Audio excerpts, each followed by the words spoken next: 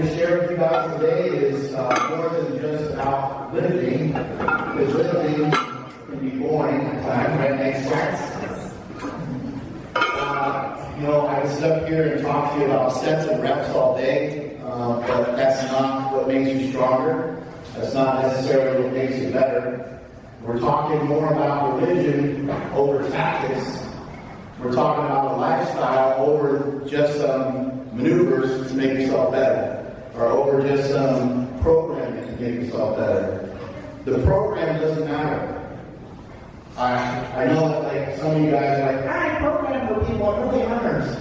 It doesn't matter that much. What matters is that you follow a program, you follow something, and then you do it for a really long fucking time. Somebody says, how do I get my arms to be bigger?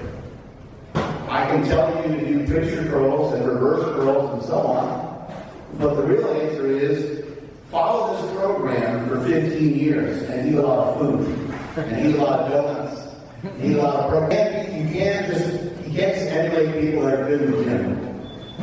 You want a different life for yourself other than just being able to just lift weights. Let's try to be a little bit more broad than that. Let's try to be a little bit more well-rounded than that. I know a lot of guys that can lift a lot of fucking weights. They break world records all the time, and a lot of times people don't care. What kind of lifestyle is that? What kind of way of living is that? Wouldn't you want to be recognized for what you're doing? Part of the way you can be recognized for what you're doing is being good to other people, giving back, not being an asshole. Those are all things that have led me to be right here in front of you guys today, although I can't be an asshole. So yourself like a professional and start to watch what people are doing as a student of the game, as a true student of the game, and start to focus in on every aspect of what people are doing. People that are good at what they do. This guy weighs 140 pounds, that was 700 in there. I'm not this great. Notice how he locked in his lats, and notice how he locked himself into the bench. You can just set up on the bench and notice how he gets his arch. Not everybody's going to be able to arch the way he's able to do. Not everybody's going to be able to get in a position like this. But look at how he just threw his shoulder blades back. Do that again. Do that again quick. Is that right? And see how he throws his shoulder blades into the back socket there. He's got a good arch in the low back and through the middle of the back. He's got a good solid leg position. You can relax. They're not very painful. But when we're getting in a position like that on the bench, we're not really trying to focus in on arching our lower back. It's more just focusing on pulling the, sorry, my burger from the counter is coming back up. Out of the bacon. Too many wangs.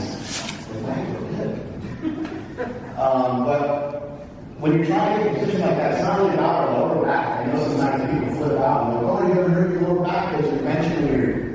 Your lower back is going to be arched no matter what. If I have my hip line up on the bench here, and as soon as he puts his feet down on the ground, your lower back is arched anyway. It's no longer touching the bench. That's just the natural curve of the backs.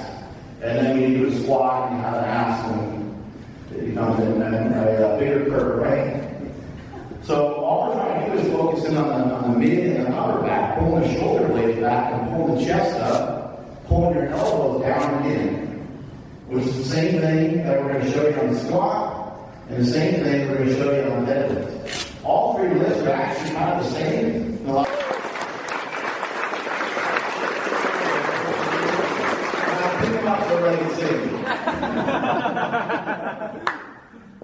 Another question? Yeah, quick question. So the past 3 meets, I failed the bench at the same exact point, about like 4 inches off the chest. I've been increasing tricep work and pec work directly, but is there anything else you can give me to help break that plateau? Son, like, what's the mathematical equation that we've been using for 4 inches off the chest? E times 4 squared divided by get stronger. Yeah, that's what we came up with in the lab. We possess the ability to get better. We all possess the ability to get stronger. We all possess the ability to make more money. We all possess the ability to love more people. We all have the ability to have more fun. We all have the ability to share more happiness. We all have these abilities and we all have these choices to be made. I want you guys to do it. Strength is never a weakness, and that's it for me. Thank you.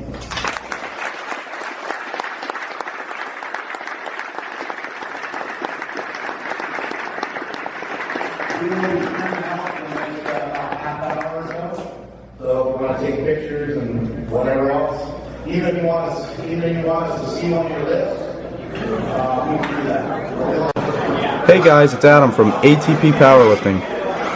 Well, I hope you guys enjoyed some of the training footage I got from Barbell Brigade with the Mark Bell seminar. I was lucky enough to be able to attend the seminar.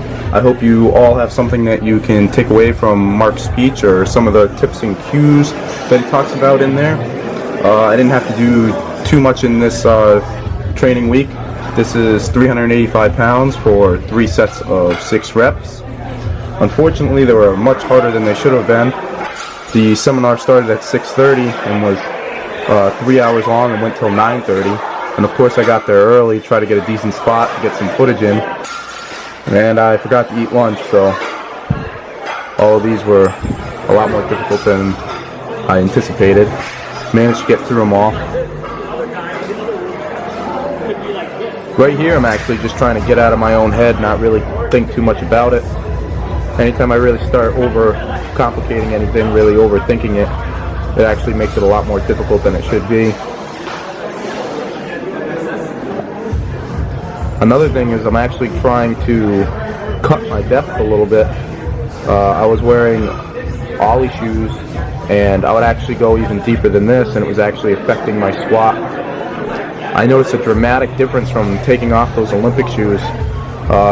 Everyone I know has had good luck wearing the Olympic shoes and really likes them, but they're just not for me. I tried them for over a year and just didn't see really any benefits from them. Yeah, I could get a lot more depth because now my ankle mobility wasn't hindering me from going any deeper, but it was like I could just go down as far as I wanted and actually just made the range of motion so much further that my 1 rep max probably went down 35 pounds. So if you've been using Olympic shoes for a long time and haven't really tried going barefoot or just wearing some really thin shoes, I'd recommend you give it a try and maybe it'll work out good for you. It worked out good for me. The Olympic shoes almost felt like literally it took like all the stress out of my hamstrings, and when I went down and I hit the bottom of the hole, there was just nothing to stop me and I just keep going.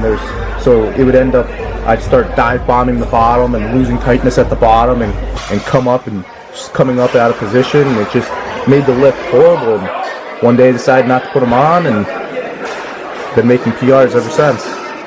Don't just assume because everyone else is doing it that it's going to work for you, because everyone's built differently, everyone lifts differently, and that's not necessarily the case that what works for them is going to what works for you. You should really try everything. Try it, give it a chance. If it really doesn't work, then kind of cross that out and put this over here and say this doesn't work. Come back to the list over here, try stuff out, see what works and what doesn't work for you. I hope you guys enjoyed the video. Next video is going up sometime next week. I have no idea when. We'll be back at my home gym. Hope you guys come check it out. Like, subscribe. See you guys later. Peace!